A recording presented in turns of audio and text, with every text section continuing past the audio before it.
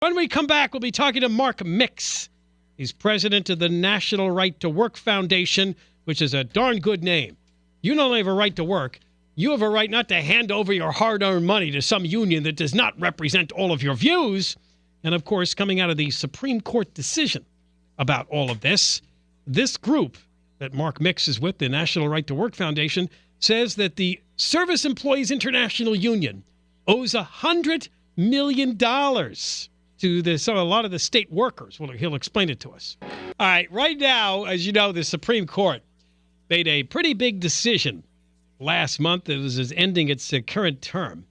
And it does ban unions from collecting money from workers who don't want to be a part of the union. And again, it's a decision. It was 5-4. It was pretty close, dealing with exactly, what union dues are for. And lawsuits have been brought, and this was the Janus case out of Illinois, basically saying, you know what? I have to pay union dues, and I don't want to be a part of the union, but you still have to pay dues because of the services they provide. But some of those services include political activities they're engaged in that I don't agree with. It became kind of a free speech issue, and the Supreme Court did side with people who do not want to pay dues for things that go on with the union that they do not agree with. Political messaging. Messaging is a good word. Because a lot of the money you spend in union dues goes for their political campaigns, bribing politicians, radio and television lies and propaganda. That's really what the business is. Yes.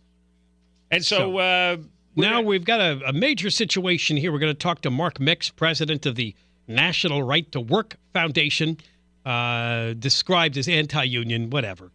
Anyway, they say that the Service Employees International Union, which is a big one, the Local 1000, they represent a lot of state workers, that they owe $100 million back to their workers. We're going to talk about how they came up with that number, what it means, with Mark Mix. Mark, how are you?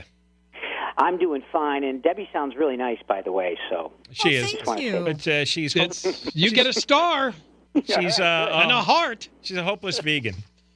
That's what we do on the show now. Give out stars and hearts. Well, if somebody says something you think is really profound, why don't you give out a star or a heart? And a thumbs up. And a thumbs up. So, all right, Mark. A reward system. Of course, there's frowns and fingers. You may get a few of those, yeah. Yeah. Explain to us how this SEIU union owes $100 million to 40,000 workers. Well, there's going to have to be litigation, as always, Ken and John, but this is a really exciting time for government employees across the entire country, and very specifically in California. Back on June 27th of last month, this year, the Supreme Court ruled 5-4 that government employees across the entire country could no longer be compelled as a condition of employment to pay union dues or fees. What the court decided was that everything that government unions do, even their so-called, quote-unquote, representational services, are basically communications with how government spends their money. So they deem that to be political activity, and if it's political activity, then it's protected by the First Amendment rights. So First Amendment and their First Amendment rights. So what's happened is the First Amendment has now been applied to every government employee in America.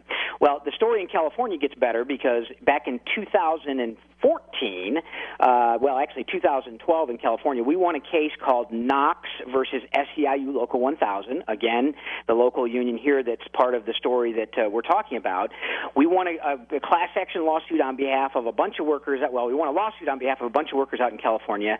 And now, with the new Janus ruling, we are going back and we're trying to make the case, and I think we can, based on the Janus ruling, that taking anyone's money, forcing non-members to opt out of this political speech is a violation of the Constitution, and we believe we can go back to 2012 and get probably over $100 million back for 40,000 employees in California that have already been certified as a class in this litigation.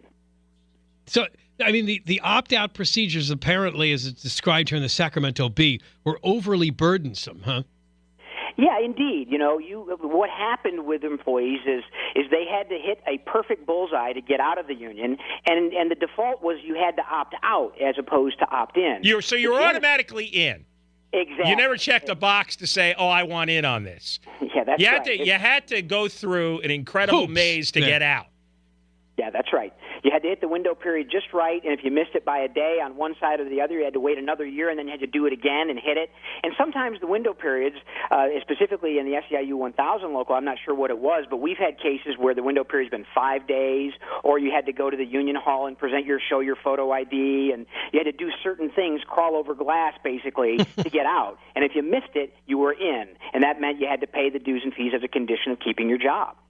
So you're saying that this whole process was so burdensome that it was unreasonable. Yeah, it was rigged. Yeah.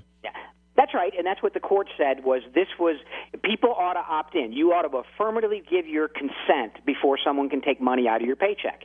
That's what they said, and based on this political, basically the judicial decision that everything that government unions do is political, it becomes a First Amendment issue, and they have to affirmatively waive their First Amendment rights before the union can get any dollars from them at all. That's the beauty of the Janus decision, and then that decision allows us to go back and say, you know what, this union knew that opt-out procedure was burdensome. They knew they had no basis to stand on this idea that you could compel people, and we believe that the court, based on Janus, should let these people get their money back, and that, based on going back to 2012 on behalf of 40,000 people that have already been certified in the class, would be well over $100 million that the SEIU would have to pay back. So you think the decision allows you to apply this retroactively and get back money all the way to 2012? Right. But you got to litigate this separately. Yeah, that's right. It'll go back to the Ninth Circuit. We'll be in the Ninth Circuit Court. We'll litigate it again. We have a case called Hamidi that has already been fully briefed. It's at the Ninth Circuit right now.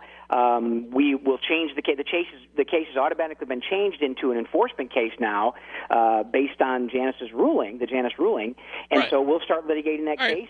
But the Ninth Circuit is, this left-wing unit. Are they just going to give the back of their hand to the Supreme Court because they didn't like this anti-union decision? It sounds like they've been overruled. And then they've been overruled by the Supreme Court. I mean, it's not the same exact case, but it sort of is. Yeah, but they never would have ruled the way the Supreme Court ruled. And why are they? Do you think they're going to listen to the Supreme Court here? Well, one would hope so, and generally they'll probably end up back at the Supreme Court. The Ninth Circuit is the court that has the most cases in the Supreme Court, I believe, and the most cases overturned, as a matter of fact, by the United States Supreme Court over a long period of time. The decisions out there have been looked at, reviewed, and overturned on many, many cases coming out of the Ninth Circuit. So that crowd just doesn't believe in the U.S. Constitution. They always want to rewrite it. They want to try. That's right. They want to try. This 40,000 number of current and former state workers, were these the people that wanted to opt out? Well, these are the people that didn't opt in.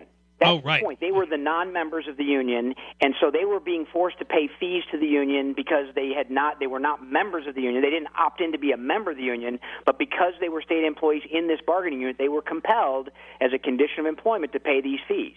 So how does it work now in terms of, you've made the statement that they should be getting this $100 million, but where do you go from here?